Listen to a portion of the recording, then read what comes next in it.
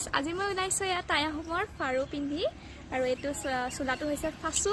এয়া পিন্ধি মই ওলাইছোঁ এংকাৰিং কৰিবলৈ 31 জানুৱাৰী মেডাম মেফি উপলক্ষে ধিতাইপুখুৰী কাকজানত অনুষ্ঠিত কৰা মেডাম মেফি অনুষ্ঠানলৈ। Bye bye.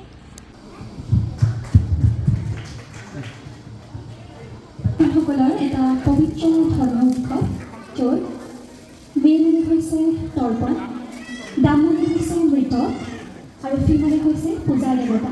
অৰ্থাৎ ইয়াৰ অৰ্থ হ'ল উপনিষদৰ পূজা বা মৃতকৰ পূজা।